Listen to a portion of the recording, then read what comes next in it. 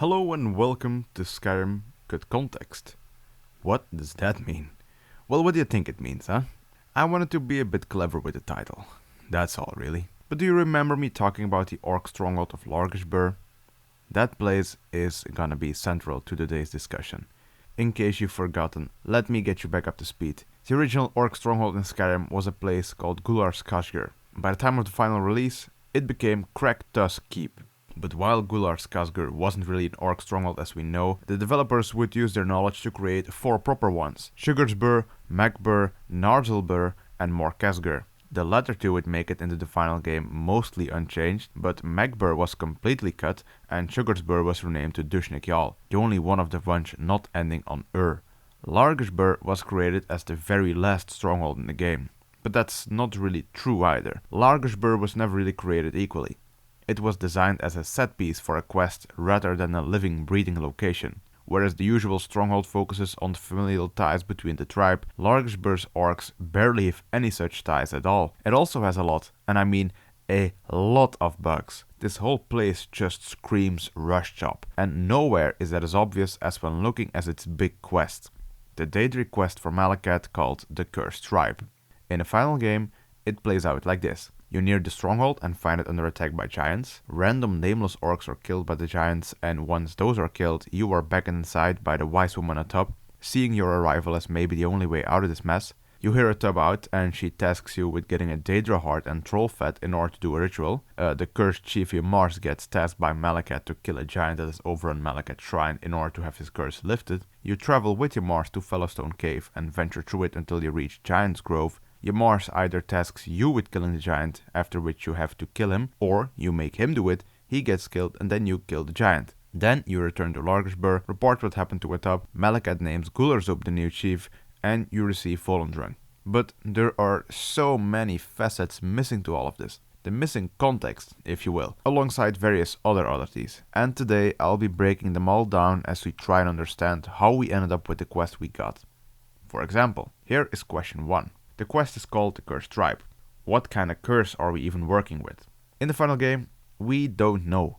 But this quest was reworked at a very late point in development. How can I say this for sure? Because an earlier iteration of this quest is kept right next to it in the final iteration. And all of the dialogue of said earlier iteration is voiced and properly conditioned. In the final game, all the context we get about the actual curse goes like this.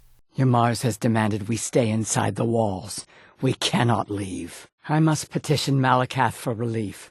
This curse must be lifted, but I cannot travel to Malacath's shrine. The ritual must be done here, and I do not have the materials I need. I beg of you, can you bring me troll fat and a Daedra heart? I have no wish to depend on a stranger, but I have no choice. Our chief Yamarz was once a strong and proud warrior. Now he is stricken, cursed. Yamarz refuses help, but I sense that you may be just what we need. He is weak, and so our tribe is weak. The giants sense this and intrude on our territory. Now they assault our very home. You bring an outsider here, and now insist I call on Malacath for help, when he has clearly forsaken me. You try my patience, Atub. Doing nothing will not grant our tribe relief from this curse. We must try. You don't deserve to call yourself an orc. You're weak, you're small, and you're an embarrassment. You let giants overrun my shrine. Bring me their leader's club as an offering, and I might release you from this curse. And that's where the whole curse thing stops being relevant. After this point, it never gets brought up again, so what do we actually know? Well, Yamarz has been cursed, by Malacath presumably, as he can lift the curse, and it seems that due to the curse, Yamarz has become weak, and this has in turn led to the tribe becoming weak. Because of this, they couldn't hold their own against giants, and the giants overran the shrine to Malacath. Oh, and here's another relevant question. What's with this warhammer? Once you kill the giant boss in the grove, you pick up a weapon called Shagrol's warhammer from his corpse. Malacath instructs you to take this hammer back to Largashbur. But who or what is this exactly? The name Shagrol is never brought up before or after this moment, so your average player is just kinda left in the dark. let's start clearing things up, shall we? So in the final game, when a top normally briefs you, she instantly goes over to the ritual. But this would have been different originally, as you could ask her about what kind of help she needs. Our chief is weakened. He will not rest, will not sleep. He suffers, and so the tribe suffers. Yamarz is proud, and refuses to see that we need outside help. He needs someone to confide in. If it will not be one of us, perhaps it will be you. Go to him. This already makes a lot more sense. You could ask her how long Yamarz has been cursed before speaking to him. Almost ever since he became leader of the tribe. He killed Shagrol in combat, which none of us thought possible. But the winner is made chief. That is how it is done. And there we have it. Shagrol was the previous chieftain.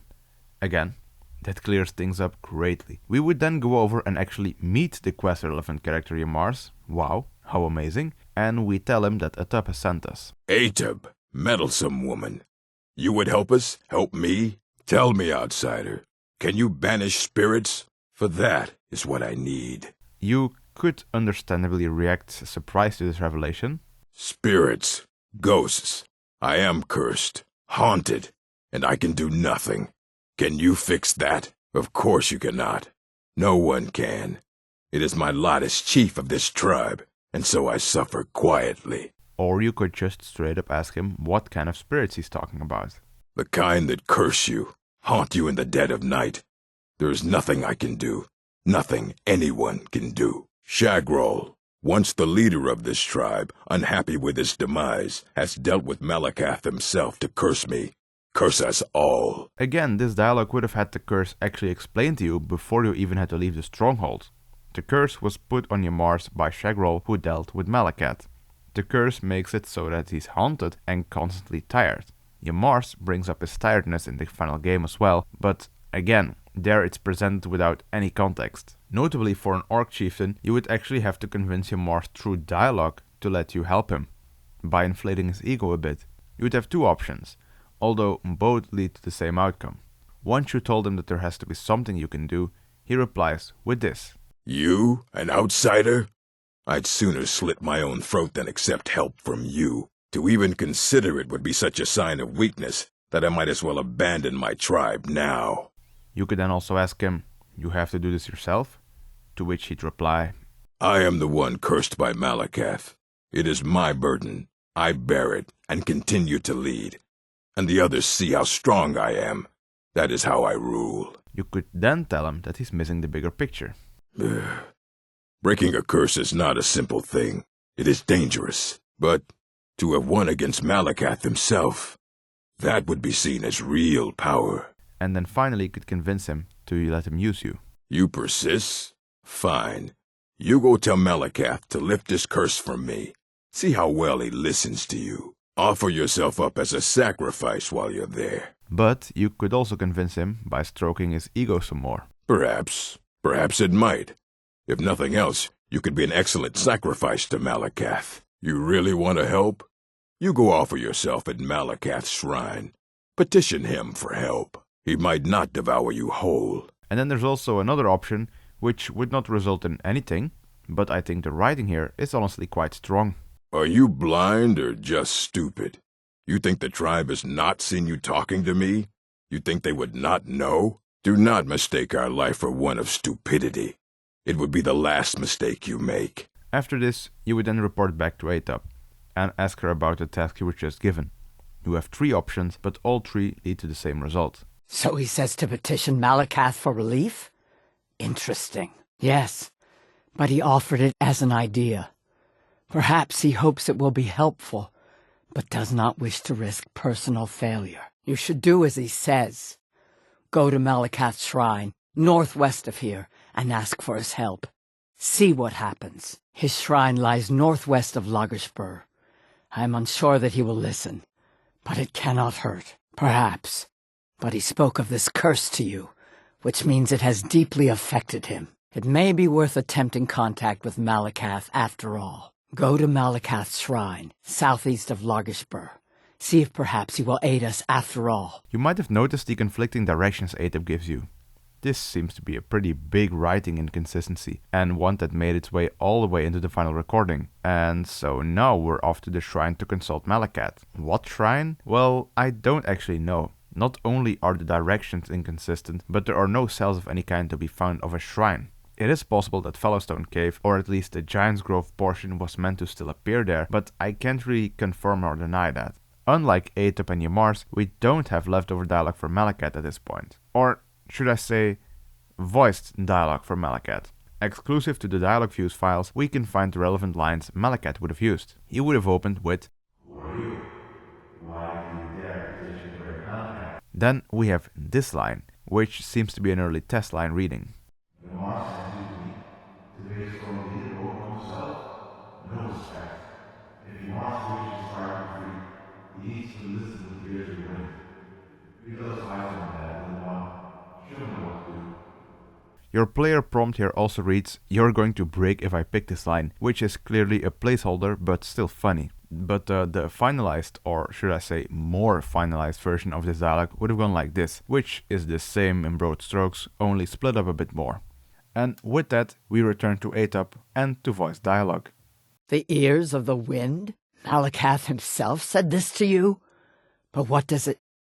Ah, yes. I see. A ritual is necessary. This message is for me. I understand now. I have work to do. I shall need your help. I need a Daedra's heart at once. Quickly.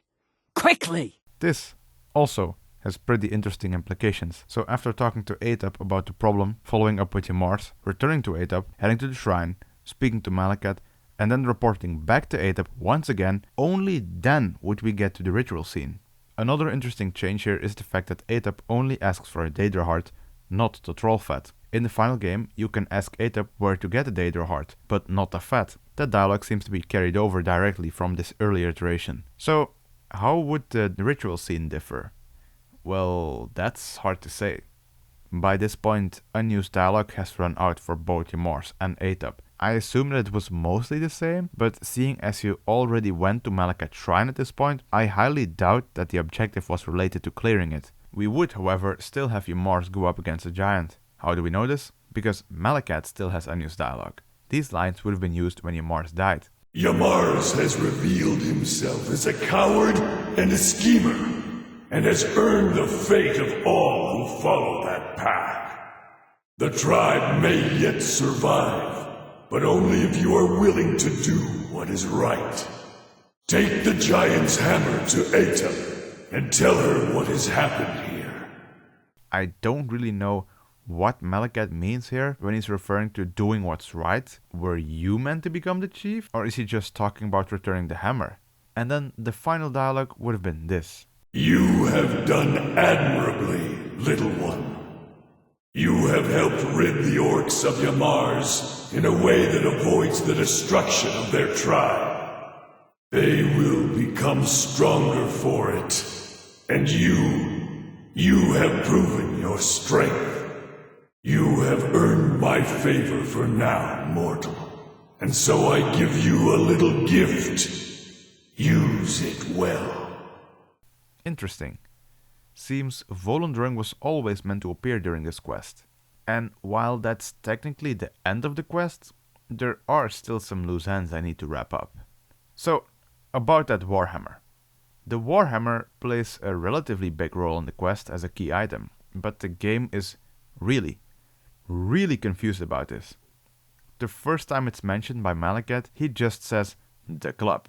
And this makes sense, seeing as the giants do indeed use clubs.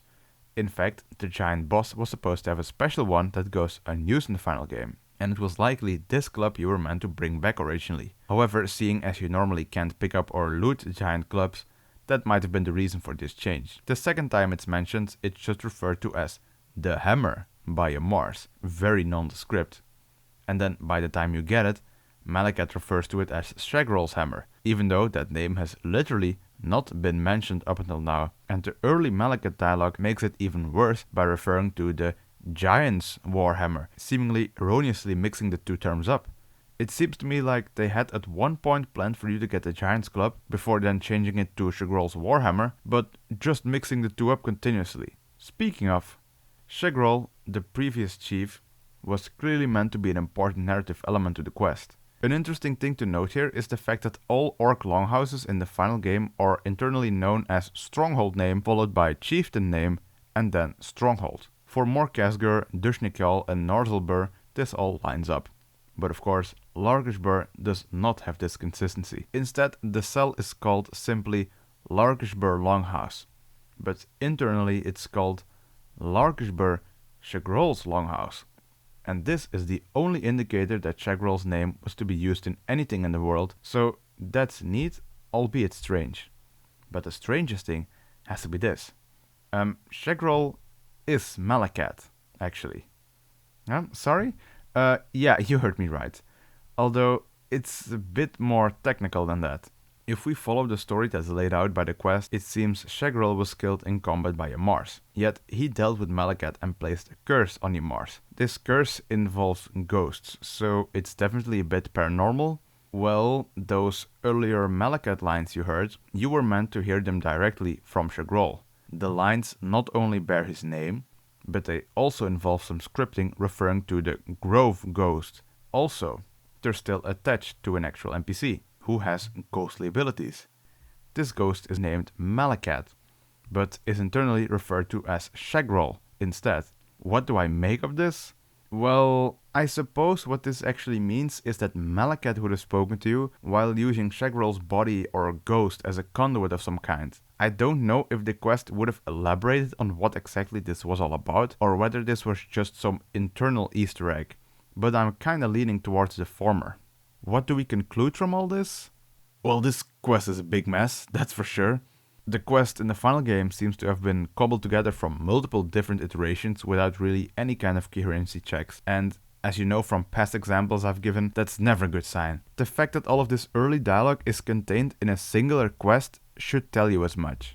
The curse is never explained, Shagrol's basically unmentioned, and it all kind of feels like there are no stakes. Now, yes, I get why the original version was scrapped, as there was way too much talking and the pacing seemed a bit off, but I feel like they could have remedied that without getting rid of basically all the background info. Neither the original nor the finalized version had enough time in the oven, and sadly, due to Skyrim's rushed nature, the developers never really got around to consolidating their ideas into something proper, leaving us with the two half-baked results we saw today. Man, if only Skyrim got the development cycle it deserved.